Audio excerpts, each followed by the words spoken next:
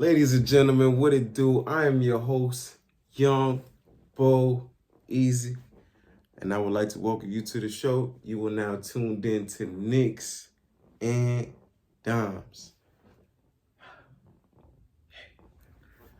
Yeah, man, we coming off a win today, like what should have, happened against the Detroit Pistons. By the time we got a win at home after losing 4 straight, 105-91 was a score in our favor.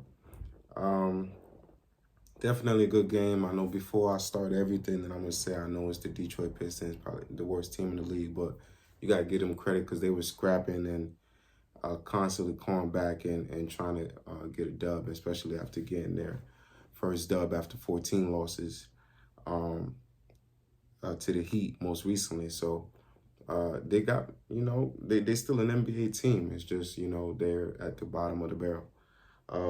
So you still got to put some respect on it. But we pulled this game out in a way that we was definitely supposed to. Kept them under 100 points. That's something I like to see as far as our defense goes. And with everything that's going on with this team, man, I got a lot to get into. So I'm just going to get right into it. You know how we started off. I'm going to go straight into the stats, and then we're going to get to whatever else I got to speak on. All right, we're going to go with the Pistons. 15 points for Sadiq Bey, 7 rebounds, 3 assists, along with a steal. 15 points, 2 rebounds, and an assist. As for Corey Joseph, man, he was probably their hottest player, probably for the first 2.5 quarters. 16 points for Saban Lee. I think he bodied us. Like, he was going nuts the first time we played them. Like scoring on D-Roll. He was scoring on everybody that was guarding him, but 16 points again for him, along with 3 rebounds and 3 assists. 13 points for Trey Lyles, who had a hot pretty much third quarter, and then that pretty much stopped at the top of the fourth, I believe. And along with 5 rebounds and an assist. All right. Going into the Knicks stats, man, this is really, really interesting right here. Shout out to Alec Burks. He didn't put up too many numbers. He only had 8 points, but he had 7 rebounds, 6 assists in 41 minutes. Played the most minutes on the team. This dude, man, is just like, I was literally sitting there like, yo, you got to sit this dude down. Everybody was getting subbed in and out. He's staying in the game. He is just doing literally everything, and it shows on the stat sheet too. It's not even just like, you know, how like Nerlens will be doing a lot, but it doesn't show on the stat sheet. He's doing a lot, and it shows on the stat sheet. So you definitely got to appreciate that. That's something we know. He's always been one of those dependable role players. But today is just one of those other games that you just got to commend him for. So 8 rebounds, 7 assists, 7 rebounds, 6 assists. Julius Randle, man, and 44% shooting today. 21 points, 11 rebounds, 3 assists. 22 points for Evan Fournier on 37.5% shooting. 2 rebounds, 3 assists. 21 for Kemba Walker, along with 8 rebounds and 5 assists, and then 17 and 14 with 3 blocks for Mitchell Robinson. So we got 3 players that cut 20 points and almost a 4th with Mitchell Robinson. Great game, man. I want to start off with, is this a blessing in disguise? You know what I'm saying? Like, the whole time I'm watching the game, I'm sitting there thinking to myself, is this a blessing in disguise? You know, like, if I'm being honest, like when I'm watching Knicks games now, like this year, I'm here for Obi. I'm here for the bench pretty much. Like, you know, Randall, I was definitely hyped to see Kemba and Fournier this year, but the entertainment factor of our squad is the bench. It's Rose, it's Quickly, it's Obi. You know what I'm saying? And just that tandem and how they all mesh together. You could throw Burks in there, and how that bench unit just meshed together. And it showed because that bench unit was so much better than the starting lineup for so long this season. and we're wondering, yo, what is going on with the starting unit? We had the worst starting five in the league, and and Kemba going and getting benched. But then now you got a situation like this where it's 50 points for Kemba in the past 2 games. Was all these guys getting COVID?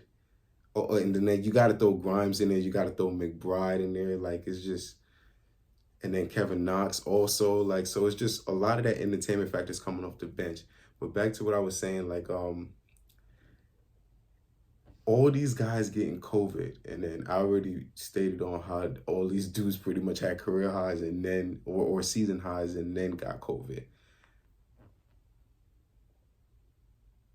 Is this a blessing in disguise that all these guys got COVID and then the people we were concerned about are the ones that stayed, didn't get COVID?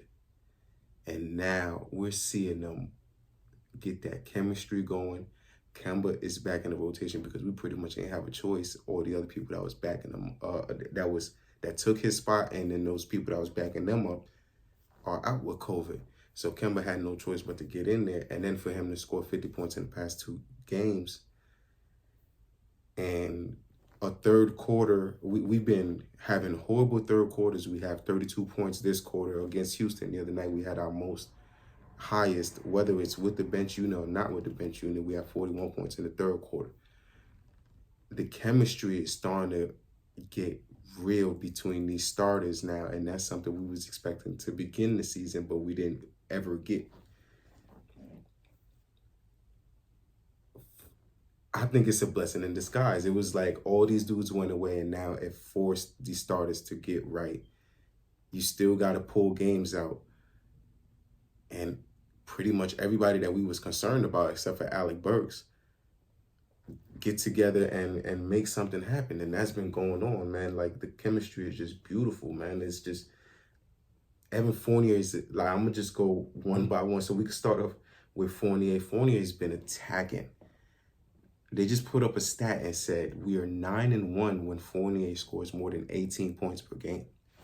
He's been on probably the longest tear, which is 3 games in a row with scoring more than 20 points.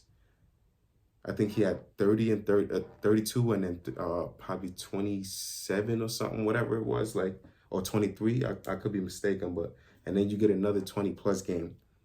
This is I don't think he's ever had 20-20-20 in 3 games consecutively all this year until now. Kemba coming back after missing 9-10 games, pretty much 3 weeks of the season, and then coming back and scoring 29, and then you score 21, like, so, which adds up to 50 points in the last 2 games. Randall is not so concerned with his shot, which we knew that should have been the situation coming into the season, but now he's much more, he's not just settling, he's getting shots within the offense, within the flow, and it looks much, much better. Today, the ball didn't get stagnant. I ain't see nobody really ball watching. I was really, really happy with the way we was playing today. Like, so for them to have this chemistry going, and then you got to throw Mitch Robinson in there. Mitchell Robinson probably looked the best that he's looked all season. This, like, it's looking like to when, before he got hurt, it's looking like that's the Mitchell Robinson that's back right now. And if we get that Mitchell Robinson, and Nerlens Noel is always doing his thing as long as he can stay on the floor, these dudes were terrorizing the paint today against the Pistons, man. It's just, it was tough. So if they could keep this thing going, and then that bench unit comes back, all these young dudes come back. One, I got a hot take, and I'm going to say I think we should stick with the Kemba situation. I think we should literally go back to how the season started. We should go back to that exact lineup where it was Kemba, Fournier, Randall, RJ Barrett, and whether it's Mitch or Noel at that 5 position, I think we need to go back to it and just stick with it for now, because Kemba seems a little more aggressive right now. And I feel like, you know what I'm saying, you came back, you the homecoming kid, you should feel a way. I got benched. Like, I'm playing for my city, I got benched. Like, I feel like now that pride is starting to show.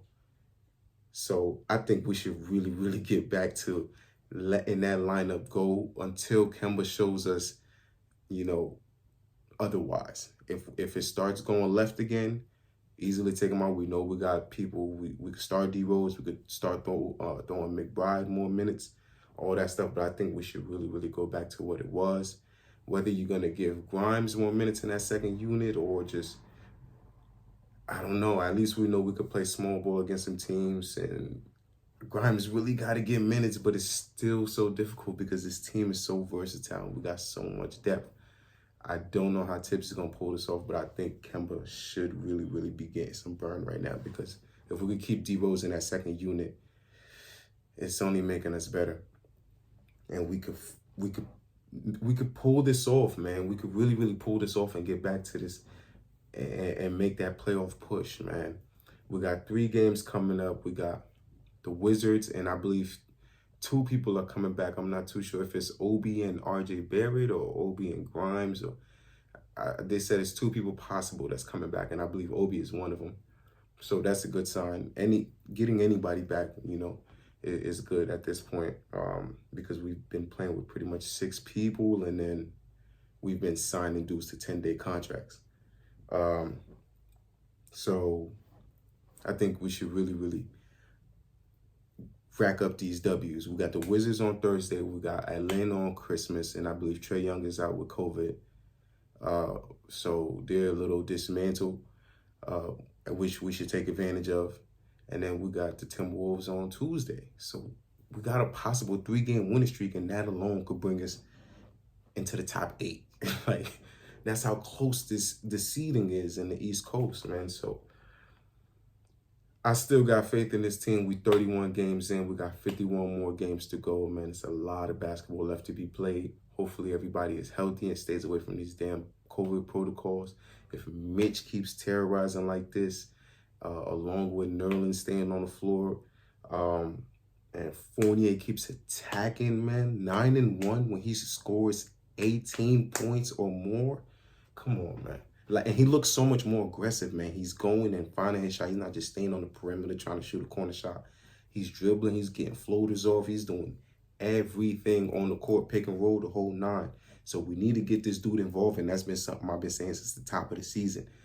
Like, I got so much faith in this team, and we could really, really pull this off, man, and get to the position that we were supposed to be in, that everybody thought we was going to be in. This mediocre basketball stuff got to stop, man. We a good team, and I think it's about time we show it. And it's about time that we flip the script a little bit, and I think it's going to happen. So I'm really, really positive moving forward, man. Like I said, 51 more games to go. I hope that you enjoyed this episode, man. I'll be right here giving y'all the scoop on the next game after we play the Wizards on Thursday. Hopefully we get a dub. Hopefully we got some more people back from this safety protocol thing, and we continue playing good basketball like this, man, because, you know what I'm saying? We got to make the playoffs. We got to. All right? This is Knicks and Dimes, man.